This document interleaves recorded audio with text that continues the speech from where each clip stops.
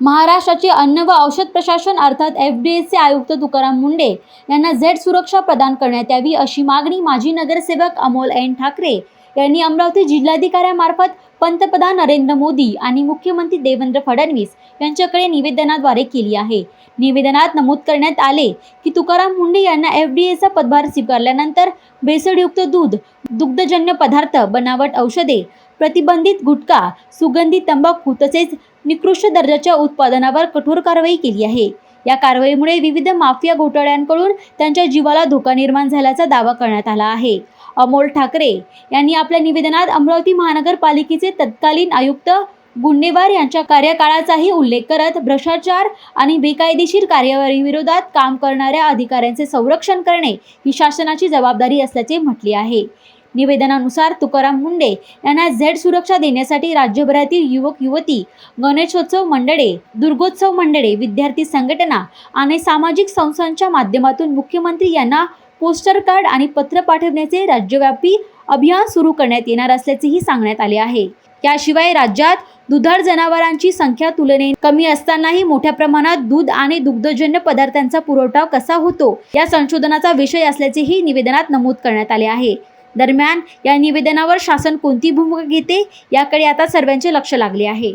आज माननीय तुकारामजी मुंढे साहेब औषध व अन्न प्रशासन मुंबई आयुक्त यांना झेड सुरक्षा मिळाली पाहिजे या निमित्त आम्ही जिल्हाधिकारी यांना निवेदन देण्यासाठी आलो आहे। यामध्ये मी अमोल ठाकरे माजी नगरसेवक आणि अखिल भारतीय महाराष्ट्र महासंघ मराठा महासंघ अमरावती आम्ही दोन्ही संयुक्त विद्यमानाने त्यांना निवेदन सादर करत आहे। त्यांनी जे महाराष्ट्रामध्ये धडाडीचं कार्य चालू केलं, दूध माफिया असो, औषध माफिया असो, ड्रग्ज माफिया आहे, गुटखा माफिया आहे, यांच्यावर जे जोरदार कारवाई केली, या सर्व कार्यातून या माफियापासून त्यांना जीवाला धोका निर्माण होत आहे असं आमच्या लक्षात आलं आहे। महाराष्ट्राच्या माफियासोबत असतं गुजरात असो, MP असो, राजस्थान आहे, UP आहे, या सगळ्या राज्यातून सुद्धा भेसळयुक्त माल आपल्या महाराष्ट्रात येतो। त्यामुळं त्यांच्या जीवाला जो धोका आहे तो सगळं महाराष्ट्र राज्यातल्या माफियापासूनच नाही तर आजूबाजूच्या जे राज्य आहेत तिथल्या माफियाचा सुद्धा त्यांच्यावर जीवाला धोका निर्माण होऊ शकतो। या कारणाने त्यांचा कोणताही घातपात होऊ नये या कारणानं महाराष्ट्र शासनानं देवेंद्र फडणवीस साहेब आम्ही यांना विनंती करत आहोत का त्यांना झेड सुरक्षा प्रदान करावी, जेणेकरून हे सगळी सुरक्षा दिल्यानंतर बाकीचे अधिकारी वगैरे जे आहेत ते सुद्धा सुरळीतपणे चांगले काम करण्यास तत्पर होतील। या अनुषंगाने आम्ही त्यांना झेड सुरक्षेची मागणी करत आहे। आणि या निमित्तानं अनुषंगानं सांगायचं झालं तर यापूर्वी महाराष्ट्राचे जे वसंतरावजी नाईक मुख्यमंत्री होते, जे सलग सर्वात जास्त मुख्यमंत्री 11 वर्षापेक्षा जास्त मुख्यमंत्री आले, त्यांनीसुद्धा ड्रग्ज माफियाविरुद्ध असं कारवाई चालू केली होती। तर त्यावेळेससुद्धा त्यांच्यावर खूप प्रेशर त्यांच्या परिवारावर त्यांना आलं होतं, पण त्यांनी ते न डगमगता आपली कारवाई चालू ठेवली। त्यानंतर आपले महाराष्ट्राचे गृहमंत्री RR पाटील जसे डान्सबार बंदीवर त्यांनी खूप कार्यक्रम केला, त्यावेळेसही त्यांना खूप प्रेशर आलं। तर असे कुठली घटना घडू नये किंवा घातपात होऊ नये।